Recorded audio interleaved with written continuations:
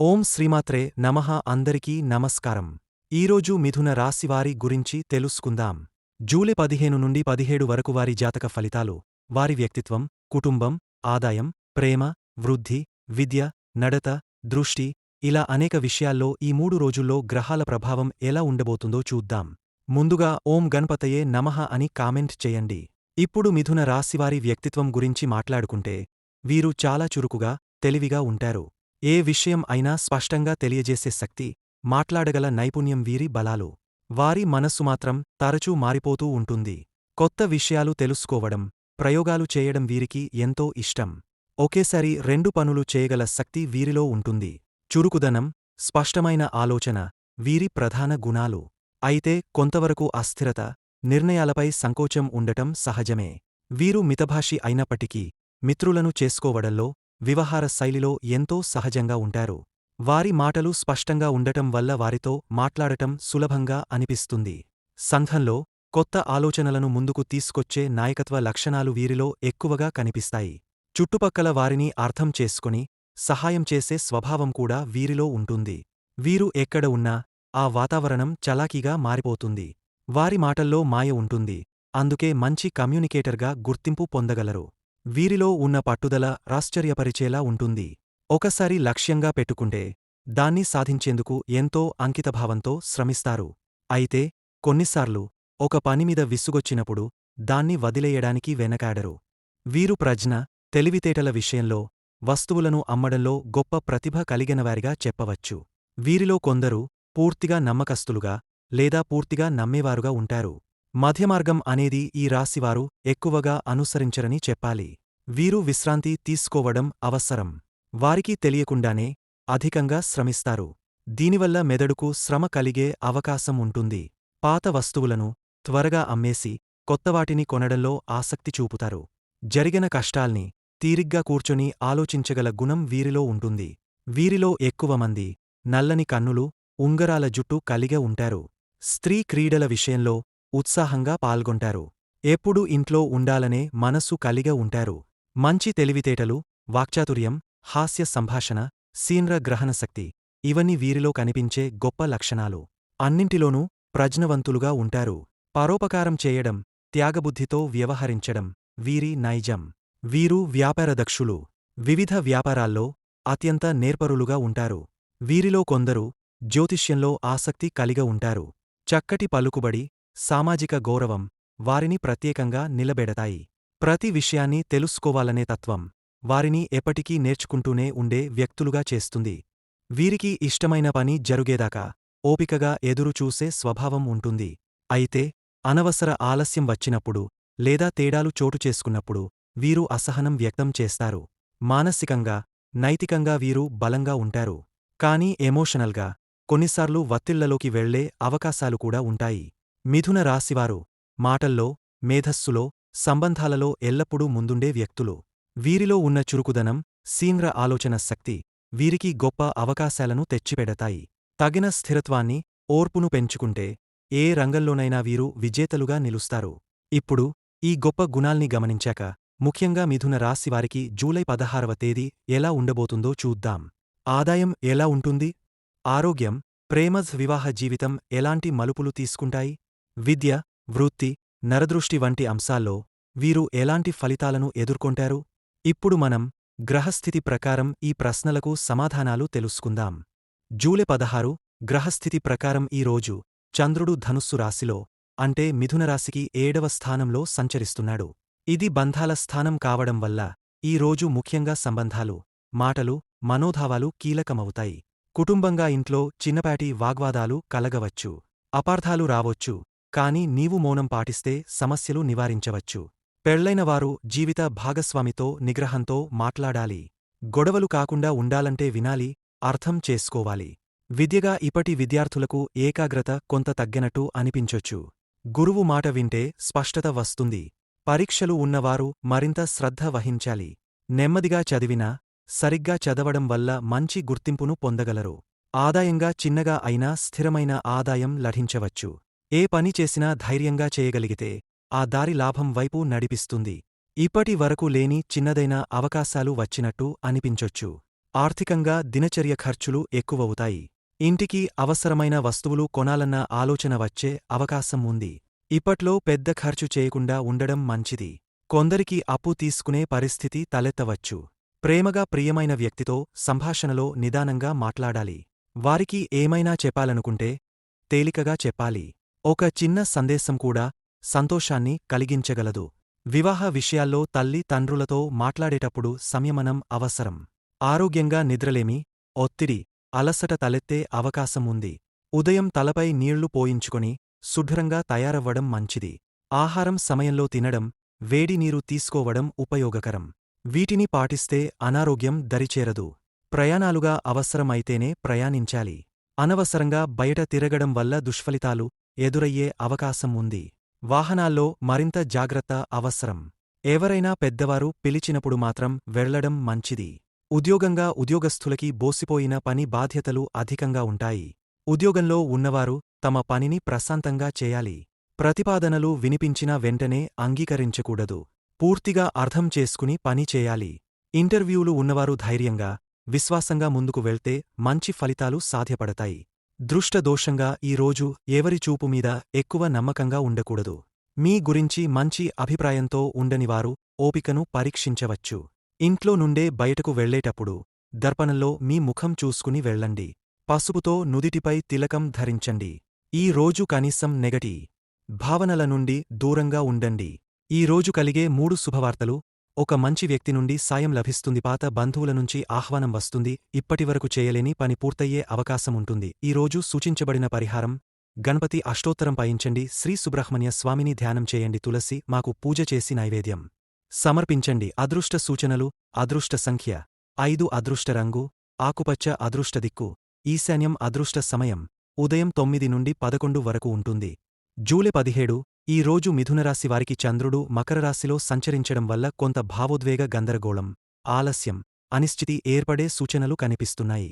ఏ పని అయినా నిశ్శబ్దంగా చేయాలి, అప్పుడే మంచిది. కుటుంబంగా ఇంట్లో చిన్న విషయాలపై మనస్పర్ధలు తలెత్తవచ్చు. తల్లి తండ్రుల మాటలు కొంచెం తీవ్రంగా అనిపించవచ్చు.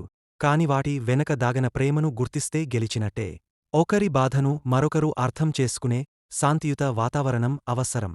ప్రేమగా ప్రియమైన వ్యక్తి మనసులో ఏదో మాట ఉంది, కాని చెప్పడానికి వెనుకాడుతున్నట్టు అనిపించొచ్చు. ఈ రోజున అనవసరపు ప్రశ్నలు, అనుమానాల నుంచి దూరంగా ఉండాలి. తనదైన ఒంటరివేర ఇచ్చిన చిన్న సందేశం కూడా వారిని హత్తుకునేలా చేస్తుంది. ఆరోగ్యంగా నిద్రలేమి, ఆహారం ఆలస్యం, తలనొప్పి వంటి సమస్యలు తలెత్తవచ్చు. ముఖానికి చందనం పెట్టి, కనుపాపలకు తులసి నీళ్లు చప్పుటి వల్ల మానసిక స్థిరత్వం పెరుగుతుంది. తీవ్రమైన పని ఒత్తిడికి గురైనవారు కొద్దిసేపు ప్రకృతిలో గడిపితే ఉపశమనం కలుగుతుంది. విద్యగా విద్యార్థులు ఈ రోజు ఏకాగ్రత కోల్పోయే అవకాశముంది. విషయాలను మళ్లీ మళ్లీ చదవడం వల్ల అర్థం మెరుగవుతుంది. ప్రశ్నలపై గమనికలు తయారు చేయడం మంచిది. గురువుల దయతో ముందుకెళ్లే మార్గం సాఫీగా ఉంటుంది. వృత్తిగా ఉద్యోగస్తులు, వ్యాపారస్తులు కొంత ఒత్తిడిని అనుభవించవచ్చు. కొత్త బాధ్యతలు, కొత్త చెలామణీలు ఊహించని మార్పులకు దారి తీస్తాయి. ప్రతిసారీ నిర్ణయం తీసుకునే ముందు 3 సార్లు ఆలోచించండి. శాంతంగా పనిచేస్తే మీ మీద ఉన్న ఆశలు నెరవేరతాయి. ఆర్థికంగా ఈ రోజు ఆదాయం సాధారణంగా ఉన్నా ఆరోగ్య లేదా కుటుంబ అవసరాలపై ఖర్చులు తప్పవు. నష్టాలు ఏమీ లేవు, కాని ఖర్చుపై నియంత్రణ అవసరం. దీన్ని నిలబెట్టుకోవాలంటే శ్రీ మహాలక్ష్మి మంత్రాన్ని 11 సార్లు జపించాలి. ఓం శ్రీం శ్రీం శ్రీం మహాలక్ష్మ్యై నమః. ప్రయాణంగా ఈరోజు అనవసర ప్రయాణాలు నివారించాలి. వాహన ప్రయాణాల ముందు చిన్న పూజ, స్వదర్శనం చేసుకుని బయలుదేరడం మంచిది. అత్యవసరమైన ప్రయాణాల్లో మొక్కుబడి తీరుస్తే శాంతియుతంగా జరుగుతుంది. నరదృష్టిగా అసలు తలకెక్కకుండా ఉండే అంశాలమీద కొందరి అసూయ దృష్టి పడవచ్చు. ఈ రోజు ఉదయం తులసిపత్రం తలపై నిమిరించి ఓం శీతలాయ నమః మంత్రాన్ని 11 సార్లు జపించండి. ఇది మానసిక స్థిరత్వాన్ని, ప్రశాంతతను కలిగిస్తుంది. ఈరోజు మిథునరాశి వారికి చిన్న మినహాయింపుతో ఆదాయం మామూలుగా ఉంటుంది. కొన్ని ఖర్చులు అనివార్యం కావచ్చు. ముఖ్యంగా కుటుంబ అవసరాలు లేదా ఆరోగ్య సంబంధిత ఖర్చులు ఉండే సూచన. కానీ ఆదాయపరంగా నష్టమేమీ లేదు. ధైర్యంగా ముందుకెళ్లవచ్చు. ఇందుకోసం శ్రీ మహాలక్ష్మి దేవిని ధ్యానిస్తూ ఓం శ్రీం శ్రీం శ్రీం మహాలక్ష్మ్యై నమః అనే మంత్రాన్ని 11 సార్లు జపించండి. ఆర్థికంగా కలిసొచ్చే దారి కనిపిస్తుంది. మొత్తంగా చూస్తే ఈ 3 రోజులు మిథునరాశి వారికి ఆర్థికంగా మెరుగైన సమయం కావచ్చు. ఆదాయం తక్కువ అయినా ఖర్చులపై నియంత్రణ ఉంటే లాభం తప్పదు. ఈరోజు ఆధ్యాత్మికంగా ఆలోచించే శక్తి మెరుగవుతుంది. సాయంత్రం సూర్యాస్తమ సమయంలో ధ్యానం చేయడం వల్ల మనస్సు ప్రశాంతమవుతుంది. ప్రకృతిలో కొంతసేపు గడపండి.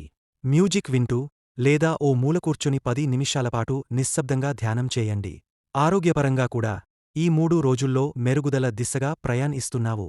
శారీరక శ్రమ, ఆరోగ్యకరమైన ఆహారం, మానసిక ప్రశాంతత మీద శ్రద్ధ పెడితే శక్తివంతమైన ఫలితాలు తప్పవు. ప్రతి ఉదయం ఓం నమో భగవతే వాసుదేవాయ మంత్రాన్ని 11 సార్లు జపించండి. మనస్సు లోపల నుంచి శాంతితో నిండిపోతుంది.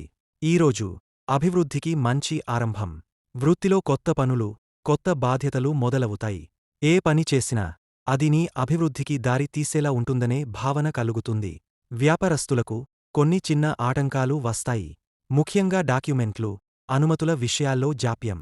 కానీ ఇవన్నీ తాత్కాలికమే. స్థిరంగా వ్యవహరిస్తే లాభాలు సాధ్యం.